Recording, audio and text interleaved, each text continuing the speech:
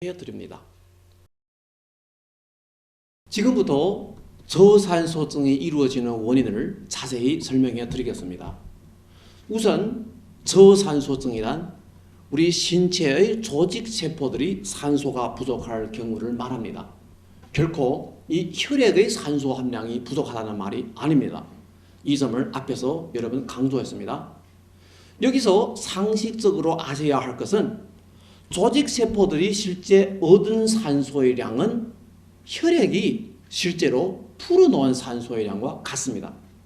그러니까 혈액이 산소를 푸는 절차가 제일 중요합니다. 그리고 거의 100%의 산소는 혈액에 골고루 흩어져 있는 적혈구가 싣고 다닙니다. 그렇기 때문에 혈액이 산소를 푼다는 말은 결국 적혈구가 산소를 푼다는 말과 똑같습니다. 혈액이 얼마만큼 산소를 풀 수 있는가 하는 것은 다음 4가지 요소가 결정합니다. 첫째, 혈액의 유동량. 둘째, 혈액의 산소 함량. 세 번째, 모세혈관 속에 들어간 적혈구 수량. 그리고 네 번째, 모세혈관 속에 들어간 적혈구들이 최종 풀어놓은 산소의 총량 등이 결정합니다. 혈액 유동량은 뒤에 가서 설명드립니다. 혈액의 산소 함량은 적혈구 수량과 히모글로빈의 질량이 결정하는데 이 두 지수 중에 어느 하나의 수치가 낮으면 빈혈이라고 합니다. 그러니 빈혈이 아닌 이상 산소 함량은 누구든지 충분하다고 봐야 합니다. 빈혈은 계속 의학상 충분한 중시를 받고 있기 때문에 여기서 더 설명드리지 않겠습니다. 그런데 모세혈관 속에 들어간 적혈구의 수량이라는 개념은 여러분들이 아무도 모르실 것이라고 생각합니다. 이 개념이 엄청 중요한데 그 원인은 바로 적혈구가 오로지 모세혈관 속에 들어가야만 자기가 품고 있는 그 산소를 풀 수 있기 때문입니다. 그러니 모세혈관 속에 적혈구가 많이 들어갈수록 더 많은 산소를 풀 수 있겠죠. 그와 반대로 혈액의 산소 함량이 아무리 높다 할지라도 모세혈관 속에 들어간 적혈구의 수량이 적으면 산소를 많이 풀 수 없기 때문에 신체는 여전히 저산소증에 빠지게 됩니다. 노인들이 바로 이런 경우입니다. 그러니 산소호흡기를 차서 혈액의 산소 함량을 올려도 큰 도움이 되지 않습니다. 이 그림을 보세요. 여기 가늘한 파이프 모양의 보이죠? 이것이 바로 모세혈관입니다. 적혈구는 오로지 이 모세혈관 속에 들어가야 산소를 불어넣을 수 있습니다. 여기 이 두 개의 빨간 계란 모양이 바로 조직세포입니다. 사실 여기에 이런 조직세포들이 무지하게 많아요. 단 이 두 개로 대표하는 것입니다. 우리가 평소에 얘기하는 저산소증은 바로 이런 조직세포가 산소를 부족한 경우이지 결코 이 혈관 속에 있는 혈액의 산소 함량이 부족하다는 말이 아닙니다.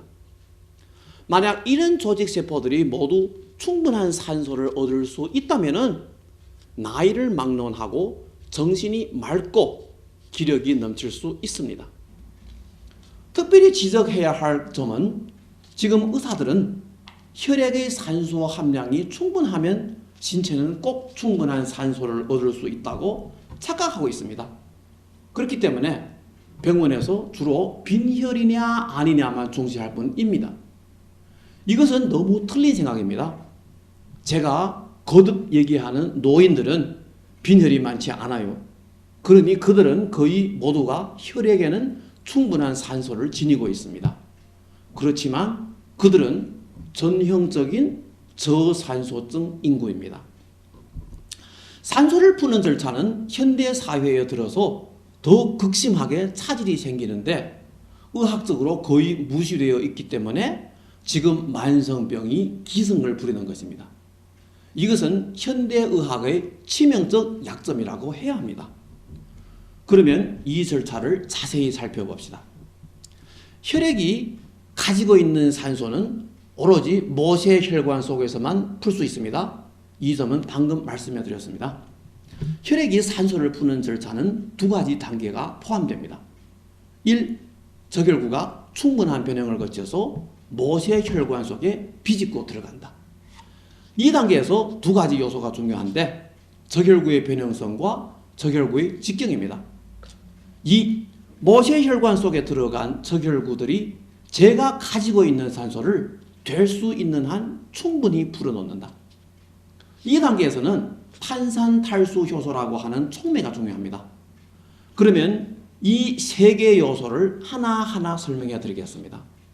우선 저혈구의 변형성은 위에서 저혈구가 모세혈관 속에 비집고 들어가는데 중요한가?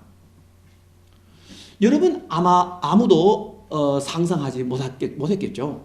저혈구가 이렇게 모세혈관 속으로 들어가는데 설마 문제로 될 수 있을까? 사실 이 절차는 엄청 중요하고 또 제일 쉽게 문제거리로 될 수 있습니다. 그 원인은 저혈구의 직경이 모세혈관의 내경보다 크기 때문입니다. 이 저혈구의 직경이 모세혈관의 직경보다 더 크기 때문입니다. 믿기지 않지요? 이 덩치가 더 큰 놈이 쟤보다 작은 아구리로 들어가야 한단 말입니다. 이게 바로 문제점입니다. 이해하기 어렵기는 하지만 사실 도리는 또 간단합니다. 이 풍선을 보세요. 직경이 이 파이프, 이것이 모세혈관으로 봅니다. 이 파이프보다 훨씬 큽니다. 그러나 막 임의로 변형이 가능하기 때문에 직경이 쟤보다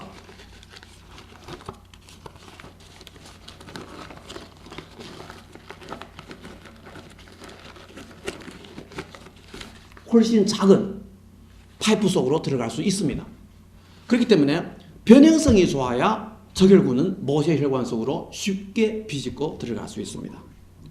반대로 변형성이 안 좋으면 모세혈관 속에 들어가기 어려워지고 그러면은 산소를 풀 기회조차 없어질 수 있습니다. 결국 신체는 저산소증에 빠지겠죠. 또 한 가지 경우는 변형성이 안 좋은 저혈구가 모세혈관 속에 들어갔다 할지라도 이렇게 막 억지로 들어가서 혈관벽과의 마찰이 너무 커서 이 모세혈관을 빠져가는 속도가 너무 느리게 됩니다. 그 결과 뒤에 따라오는 다른 저혈구들이 이 모세혈관 속에 들어오는데 지장을 줌으로써 저산소증을 만듭니다. 어쨌든 저혈구의 변형성이 좋지 않으면 혈액의 산소 공급 능력은 떨어집니다. 그러면 어떤 요소들이 저혈구의 변형성을 나쁘게 만드는지 많이 궁금하겠죠? 이 그림 보세요. 첫째, 영양과잉, 주로는 고혈당과 고지방혈입니다. 이 두 요소는 저혈구의 세포막을 직접 영향 주면서 변형성을 내립니다. 그 결과 당연히 저산소증입니다. 식사 후 졸리는 원인이 바로 식사 후 고혈당 때문에 저혈구의 변형성이 내려 이루어진 저산소증 때문입니다. 그러나 이 과정은 가역적이에요. 즉 혈당이 정상 수준으로 내리면 저혈구의 변형성도 제절로 회복됩니다. 그렇기 때문에 식사 후 90분 내에 혈당 수준이 제자리를 찾게 되면 졸음도 사라지게 됩니다. 그리고 여러분들도 잘 아시겠지만 고지방혈은 건강에 대해 전반적인 해를 끼칩니다. 사실 고지방혈이 역시 저혈구의 변형성을 내려 온몸에 저산소증을 유발해서 전반적으로 건강에 해를 끼치는 것입니다. 2. 저혈구의 변형성을 파괴하는 두 번째 원인은 유리기입니다. 유리기란 화학 활성이 강한 모든 생물 분자를 말하는데 저혈구의 세포막을 파괴함으로써 변형성을 내립니다. 주의해야 할 것은 유리기를 유발하는 주요 원인이 바로 저산소증입니다. 이 특징이 중요합니다. 보세요. 영양과잉은 저혈구의 변형성을 내린다고 하였습니다. 예를 들면 군 음식 또는 군립지를 너무 많이 먹던가 또는 자주 음주해서 음식을 너무 과하게 먹고 하면 영양과잉이 됩니다. 그 결과 저혈구의 변형성이 떨어지고 따라서 신체는 어느 정도의 저산소증에 빠집니다. 그런데 이 저산소증은 유리기를 많이 유발합니다. 이 새롭게 유발된 유리기는 또 저결구의 변형성을 한결 더 나쁘게 만들어주면서 신체의 저산소증을 한결 더 심하게 몰아갑니다. 이 심해진 저산소증은 또 한결 더 많은 유리기를 유발합니다. 결국 이것은 악성순환에 빠진 겁니다. 그렇기 때문에 모든 저산소증을 일으키는 요소는 모두 유리기, 저산소증 사이에 이런 악성순환을 불러일으킬 수 있습니다. 저산소증을 빚어내는例가 더 있어요. 예를 들면 신체의 어떤 조직이든 과량의 산소를 소모하면 그 부위에는 저산소증이 생기겠죠. 예를 들면 심한 스트레스, 지나치게 피곤할 때, 그리고 너무 무리하게 밤일을 할 때 등 모두 신체의 어느 한 부위에서 과량의 산소를 소모합니다. 그러면 그 부위가 저산소증에 빠지고 그 결과 대량의 유리기를 유발하고 그러면 방금 말씀드린 이 악성순환에 빠지게 될 수 있습니다. 한 가지 더 아셔야 할 일은 나이가 들면서 변형성이 좋지 않은 저결구의 수량이 점점 더 많아집니다. 바꿔 말한다면 노인들의 저결구 변형성은 보편적으로 좋지 않아요. 그래서 똑같은 공기를 호흡하지만 노인들의 기력은 젊은 사람들보다 많이 차이가 나는 겁니다. 의학상 실험실에서는 저결구의 변형성에 대해 충분한 연구를 가졌고 그의 중요성이 공식적으로 인정되었습니다. 단지 의학의 임상, 즉 환자를 상대하는 의사나 병원에서 저결구 변형성을 아예 무시하고 있습니다. 이게 바로 현실이에요. 제가 이 강의를 하는 것도 이 한심한 현실을 바로 잡을까 했습니다. 구글 같은 검색 사이트에서 저결구 변형성이란 영어 키워드를 치면 수없이 많은 연구 자료가 쏟아져 나옵니다. 세 가지 키워드가 있는데 바로 erythrocyte deformability, erythrocyte flexibility, erythrocyte rigidity 등이 있습니다. 저결구의 변형성이 내려가면 온몸이 저산소증에 빠집니다. 지금 모든 사람들이 일치하게 동의하는 것은 바로 만성병은 영양 과잉, 심한 스트레스, 그리고 고령화와 깊은 관련이 있다. 그런데 방금 설명해 드렸다시피 이 세 가지 경우는 모두 저결구의 변형성을 파괴함으로써 신체를 저산소증으로 몰아갑니다. 여러분, 지금쯤 깨달았겠죠? 현대 사회에 들어서서 저결구 변형성은 너무 쉽게 차질이 생기고 이로 인해 무지무지하게 많은 저산소증 현상이 생각보다 훨씬 많이 생깁니다. 노인들뿐만이 아니에요. 그런데 저결구 변형성이 빚어놓은 저산소증은 병원에서 완전히 무시하고 있습니다. 그러면 어떻게 되겠어요? 당연히 수없이 많은 만성병이 한평생을 따라다니는 불치병이 되겠죠. 저결구의 변형성을 향상시키는 데는 앞에서 말씀드린 뭐뭐 소프트젤이 탁월한 효과를 가지고 있습니다. 앞에서 소개해드린 6개의 실내를 보셔도 동감이 가겠죠. 이가 가져온 대량의 신기한 효과를 관찰하고 우리가 세상 처음으로 혈액이 산소를 푸는 절차는 의학적 맹점이라고 지적하고 이는 또 만성병의 제일 주요한 원인이라고 우리가 주장해 나선 겁니다. 다음은 저결구가 모세혈관 속에 들어가는데 영향을 주는 두 번째 요소, 저결구의 직경. 지난 10여 년 동안 제가 관찰한 바 어떤 사람들은 뭐뭐 소프트젤을 먹고 신체에 막 산소 이용이 올라갔다는 느낌이 전혀 없을 때가 종종 있었습니다.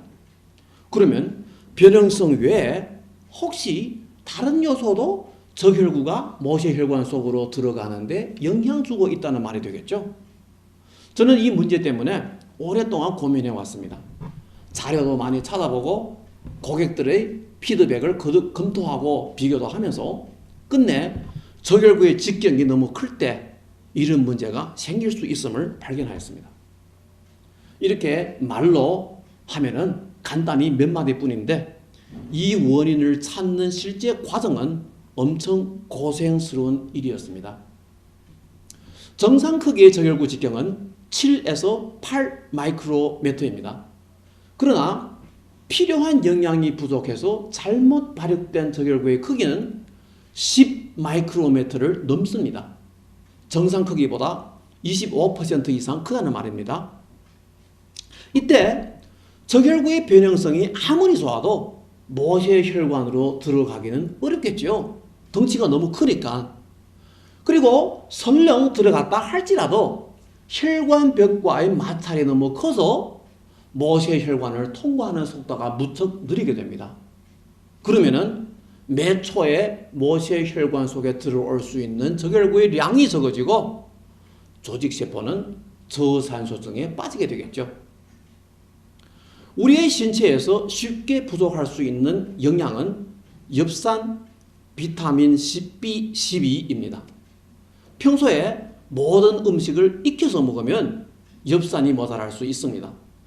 그 원인은 엽산이 열에 너무 예민해서 그래서 열을 받으면 파괴됩니다. 냉채에 식초를 넣고 먹는 게 좋은 습관입니다. 식초도 저혈구의 발육에 중요합니다. 뒤에 가서 더 자세히 설명드립니다. 유의병이 있는 분들은 보통 비타민 B12가 부족합니다. 인체는 매일마다 작은 양의 저혈구가 새롭게 발육을 마치고 혈액에 투입되는데 이것을 저혈구의 갱신이라고 합니다. 전체량의 0.8% 되는 새로운 저혈구가 매일마다 혈액에 투입됩니다. 그러니 모든 저혈구를 한번 이렇게 갈아 바꾸는데 120일 걸립니다. 120일 걸립니다. 즉 4개월. 그래서 저혈구 발육에 필요한 어떤 영양을 보충할 때 예를 들면 엽산, 비타민 B12, 식초 등이 있습니다.